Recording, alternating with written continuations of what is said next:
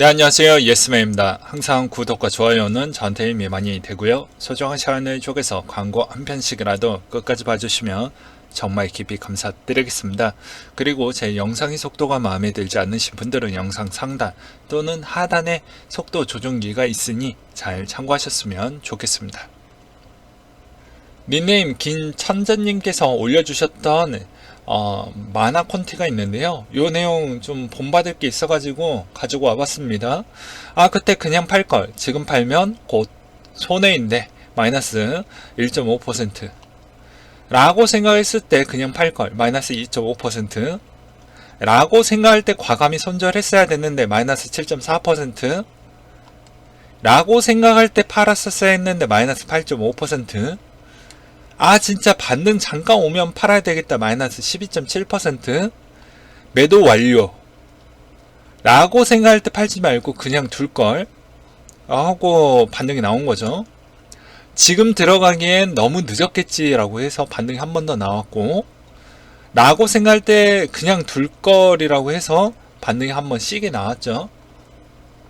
여기서 주는 메시지 같은 경우는 뭐가 있냐면, 본인이 항상 마음으로 우러나오는 매매를 하지 말라고 이야기를 많이 했습니다. 근데 마음으로 심리적으로 그런 거를 이렇게 또 막 요동을 치니까 이게 뇌에서 거쳐서 이게 클릭질을 해야 되는데 그렇지 않고 오히려 마음에서 우러나오는 대로 이렇게 손이 가요. 예. 그렇기 때문에 실패를 많이 합니다. 그래서 대부분 본인에 대한 기법이 완성이 되든지 아니면 전략을 잘 짜시라고 이야기를 많이 했죠. 나는 무조건 이 값이 왔었을 때 또는 이런 형태가 왔었을 때만 산다 라는 기준이 있어야지만 마음이 흔들릴 때 그게 딱 자리가 잡혀지게 되어져 있습니다. 근데 그게 안 되면 매번 똑같은 반복된 레퍼토리로 이렇게 실패를 할 수가 있어요. 물론 본인의 전략이 그만큼에 대한 빅데이터가 쌓이지 안 했을 때에 대한 리스크도 존재를 하죠. 왜냐하면 여러 가지 테스트를 하는 시점이다 보니까. 근데 그거는 어느 정도 감안을 하셔야 됩니다. 나한테 딱 원하는 가장 이상적인 그런 전략 기법을 만들 거라고 하면 그거에 따른 시행착오는 필요하다고 보거든요. 그 상태에서 어느 정도 이제 내 스타일이 만들어졌으면 그 스타일 기준대로 그대로 쭉 밀고 가셔야 됩니다. 그렇기 때문에 웬만하면 이번 코인 시장은 어떻게 보면 이런 상태가 좀 많이 10월달 때까지는 좀 일어날 것 같으니 좀 유심하게 잘 보시면서 잘 대응을 하셨으면 좋겠습니다. 그래서 추천도 꽤 많이 공감을 얻었다는 걸 알 수가 있게 되겠고요. 댓글의 내용도 다 공감을 많이 얻었다라는 내용을 볼 수가 있습니다. 닉네임 내 친구 둘리님이 초딩도 이해하는 빅해 새끼를 낳는 하드버커 요약 정리 편이라고 해가지고 올려주셨던 내용이 있는데 요게 진짜 내용 잘 정리해 주셨더라고요. 네, 빅해는 크게 세 가지 노드 및 개발자 구조로 나뉘어진다.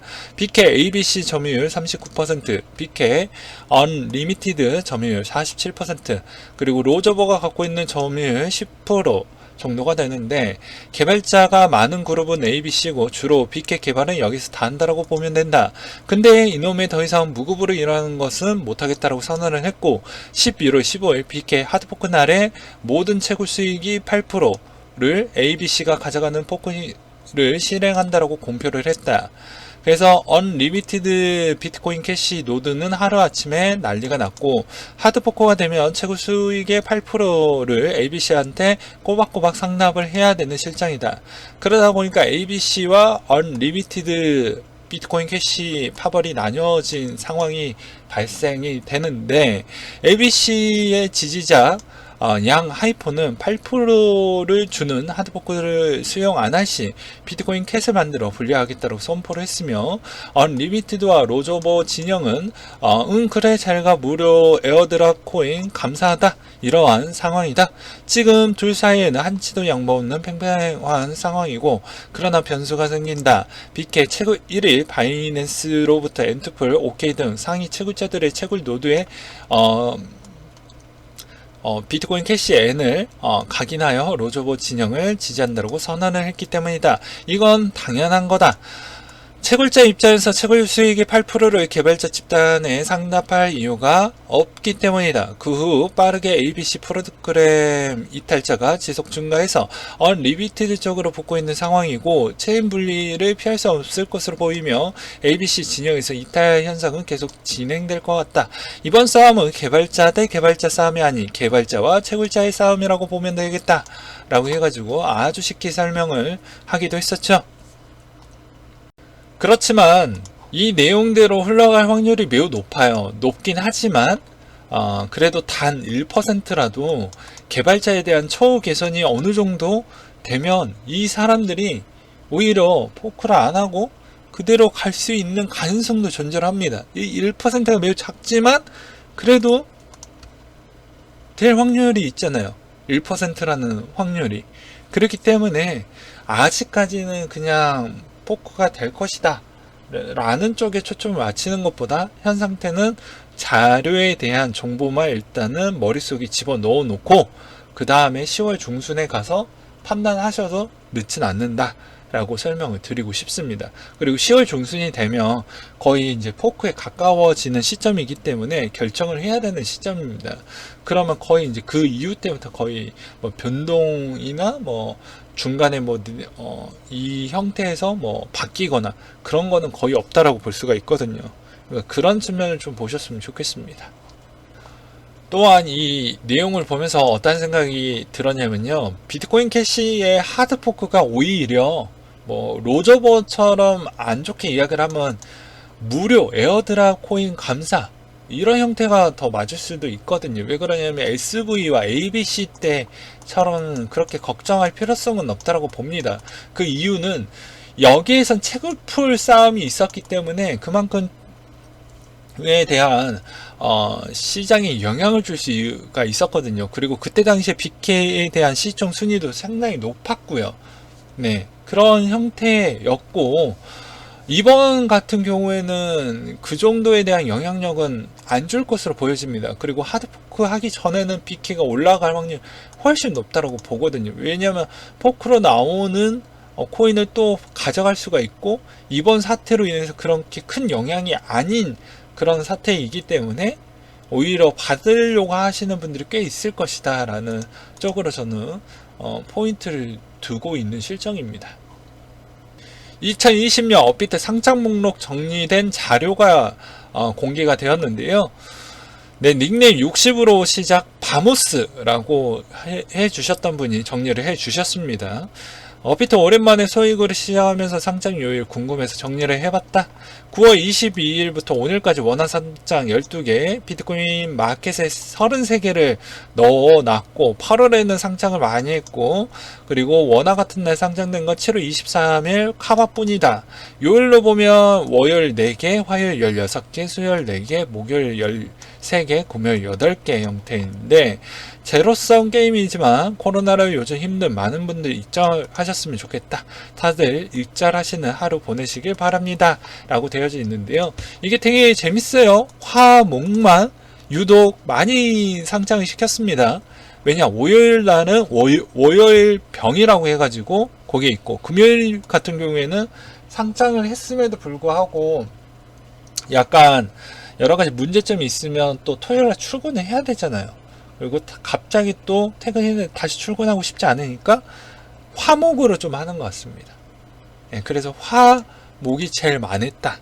그리고 저번에도 말씀드렸지만 왜 BTC 마켓을 많이 이렇게 해놨던 이유는 비트코인이 많이 가야 거래소 측에서에 대한 주장이 먹히고 나머지 쪽에 그런 코인 회사들이 이야기했던 그런 주장이 먹히는 겁니다. 저번에도 말씀을 드렸지만 다시 한번 말씀을 드리지만 요거 지금 녹화 방송이기 때문에 현 시세에 좀 차이는 있어요. 비트코인의 마켓 쪽을 거의 다 거래소들이 공통적으로 하는 이유는 비트가 1억을 찍어줘야 마케팅이 되니까 그런 거예요. 자연스럽게 언론 이슈화가 되고 하니까. 그러면서 이쪽이 비트코인이 더 이상 내려가지 않게끔 마켓에다가 상장을 많이 시켜서 마켓 펌핑 쪽으로 많이 쏠리게 하는 거죠. 그러면 자연스럽게 비트에 대한 가격도 지탱이 되고 올라갈 수 있는 여지가 나오니까. 그렇기 때문에 초반에는 어떻게 보면은 나머지 뭐 후업이나 OK나 이런 쪽에 있는 바이낸스도 다 마찬가지로 BTC 마켓에서 먼저 상장시킨 다음에 그 다음에 조금 시간에 대한 툴을 좀 주고 법정화폐나 테더 쪽으로 상장시킵니다. 그러니까 이런 형태를 왜 하는지를 좀 아셔야 된다는 것을 다시 한번 설명드리는 바이고요. 이번에 있는 법칙으로 인해서 조만간 썰이 나오면 화요일 또는 목요일날 상장을 많이 하는구나 정도까지만 알고 가시면 될 것 같습니다. 미국 의회에서 새로운 암호화폐 관련 법안이 제출이 됐다. CFTC, SEC 관할에 대한 내용도 있다라고 되어져 있는데요. 같이 한번 보도록 하겠습니다. 비트코인과 이더리움을 포함한 모든 암호화폐 상품을 법적으로 규정하는 암호화폐 거래소를 디지털 상품 거래소 CFTC 관할로 두는 것으로 목적으로 한다. 이러면 이제 아주 재밌는 형태가 나오겠죠. 왜냐하면 CFTC에 대한 위원장 입장에서는 이더리움의 선물 거래소를 상장시키려고 노력을 많이 했습니다. 그렇기 때문에 오히려 올해는 좀 시간이 다 지나갔기 때문에 내년에 할 확률이 매우 더 높아지겠죠. 그리고 거래소는 라이센스를 신청하는 선택지가 있으며 취득하면 지금까지 주별로 신청을 해야 되는 자금 이동 라이센스를 면제하는 이점이 있다. 디지털 상품 거래소 라이센스를 선택하는 경우는 운영하고자 하는 주에서 해당 자금 이동이 라이센스를 취득할 필요가 있다. 디지털 상품 라이센스가 허가하는 상품 내용은 현물 거래에 한정이 되며 파생 상품 거래 제공하기 위해서는 지금까지와 마찬가지로 지정 계약 시장 라이센스를 취득을 해야 된다라고 되어져 있습니다. 또한 커스터디 부분이 이번에 상당히 중요할 것 같은데요. 커스터디도 어떻게 보면은 CFTC가 설정하는 기준에 충족하는 기업의 적격 부분을 확인한 뒤에 할 수 있게끔 된다라고 되어져 있고, 법안의 목표는 국회가 1월 3일까지이고 11월 3일 안까지 개최가 되기 때문에 이번 회계에 통과할 가능성은 매우 낮다. 그러니까 그 다음에 될 확률이 매우 높다라는 이야기를 하고 있는 바이고요.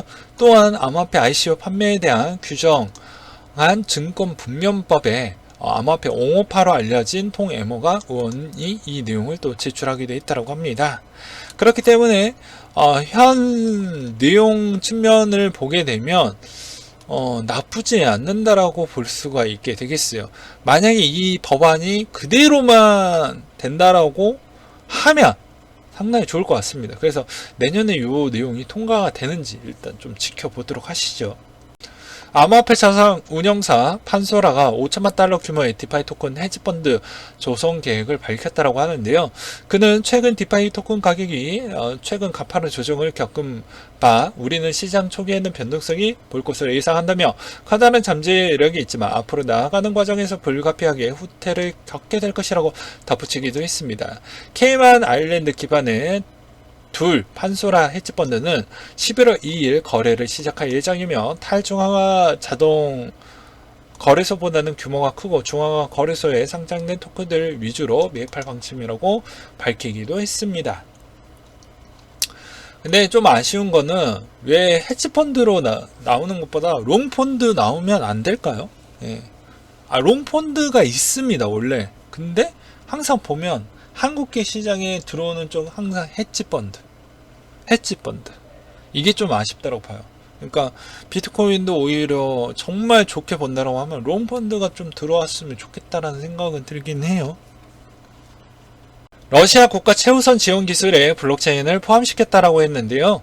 거기에 부총리는 이런 이야기를 했다고 합니다. 이러한 기술 부분을 육성하기 위해서 새로운 벤처 생태계를 조성해야 된다고 강조를 했으며, 그는 정부가 새로운 벤처 금융을 구축해서 민간 자본과 민간 협력을 이끌어낼 것이라며 민간 자본과 협력이라고 했습니다. 그러면 관련된 기술 코인 회사를 초청하거나 뭘 하거나 한다라는 의미겠죠. 그렇기 때문에 본인한테 필요한 코인 회사들은 분명히 초청을 할 것이다 라는 측면, 그리고 요새 각 영역의 블록체인 기술을 도입하기 위해서 빠르게 움직이고 있다라고 할 수가 있는데, 러시아는 블록체인 기술을 키울 수밖에 없습니다. 일단 어떻게 보면 세 가지 측면이 있게 되겠는데요. 일단 첫 번째로는 러시아가 외국인 근로자가 제일 많이 들어오고 있는 탑5 국가 중에 하나입니다. 그리고 이거는 뭐 굳이 설명 안 할게요. 해외 송금 비중이 커지기 때문에 그만큼 어떻게 보면 루블화에 대한 그런 통화 가치가 지금 거의 쓰레기거든요. 왜냐면 석유가 그만큼에 대한 가격의 보존성을 보여주고 있지 않기 때문에, 그런 측면, 그래서 오히려 해외 근로자들은 해외 송금 쪽에 좀 관심도가 높다. 그리고 어떻게 보면 러시아는 또 어떻게 보면은 사회주의 국가이잖아요. 그러다 보니까 각 국민들을 또 모니터링하기에는 블록체인 기술이 필요하다고 생각을 해볼 수가 있습니다. 그리고 세 번째로는 러시아 쪽에 대한 관광 순위 자체가 천천히 올라가고 있는 실정입니다. 그리고 그 비중에 중국과에 대한 무역적 관계가 상당히 거래 비중이 좀 있다라는 것이죠. 그러면 당연히 중국은 CBDC를 내놓을 텐데 러시아는 받을 수 있는 지갑이 없어. 그러면 그걸 어떻게 할까요? 그럼 뭐 오로지 그 중국 쪽에 있는 은행들 통해서만 보관을 해놓으면 러시아 은행들이 할 수 있는 역할이 적어지기 때문에 오히려 그런 또 리스크도 있지 않겠습니까? 그럼 뭐 중국은 또 중국 은행들에 대한 또 그만큼의 예치금이 많이 쌓이니 그만큼에 대한 또 자국에 대한 대출 부분이나 뭐 이런 측면으로 더 유동성을 확보하면서 그만큼에 대한 이자 수익을 또 많이 거둘 수가 있는 장점이 있겠죠. 근데 러시아는 그런 거를 사전에 준비를 못했다라고 하면은 자국의 시중 은행들이 할 수 있는 역할이 많이 없으니 돈 들어오는 경우도 오히려 해외 은행 쪽을 더 많이 활용하게 되는 부분이 있다 보니까 이런 측면은 또 국가한테는 별로 좋지 않겠죠. 그렇기 때문에 중국의 인근 국가들은 하기 싫어도 해야 됩니다. 예, 그게 포인트라고 보시면 될 것 같아요. 네, 그리고 메이커다오가 피해자들에게 보상을 안 해준다라고 했습니다. 이게 조금 그렇긴 하죠. 그리고 오션 프로토콜 데이터 AMM 프로토콜을 개발한다. 그리고 블록체인으로 아마존 불법 개간 문제 대응을 하겠다. 언제까지? 2025년대까지 해가지고 관리 감독할 예정이라고 나왔고요. 패스트 비트코인 아프리카 서비스 쪽으로 확대를 할 것이다. 그리고 호주도 많이 점포도 늘어났고 캐나다 이런 쪽도 상당히 좋아지고 있고요. 비자 핀테크 사업 총괄 암호화폐 업체들 제휴, 러브콜 잇따라 받고 있다. 이런 내용들이 있었습니다. 그리고 후오비 코리아가 하반기 공채 모든 직군 신규 채용을 하겠다. 왜냐하면 내년부터 특근법이 되다 보니까 그거에 따른 인프라를 먼저 챙겨서 내년에 더욱더 본격적인 사업을 펼칠 거라는 것을 볼 수가 있는 것이죠. 그러니까 기존에는 어떻게 보면 돌아갈 수 있을 만한 인력만 어떻게 보면 그렇게 만들었다고 하면 지금은 이제 본격적으로 이제 사업할 수 있을 만한 장애물이 별로 없기 때문에 그렇게 맞춰가지고 하는 것 같습니다. 그리고 비트코인 옵션 미결제 약정이 사상 최고치를 달했다라고 하는데요. 이것도 상당히 우리한테는 매우 좋은 소식이라고 볼 수가 있게 되겠습니다. 네, 오늘은 여기까지 준비를 했고요. 항상 여러분들한테 힘이 되고 도움이 되는 예스맨이 되도록 하겠고 이상으로 마치도록 하겠습니다.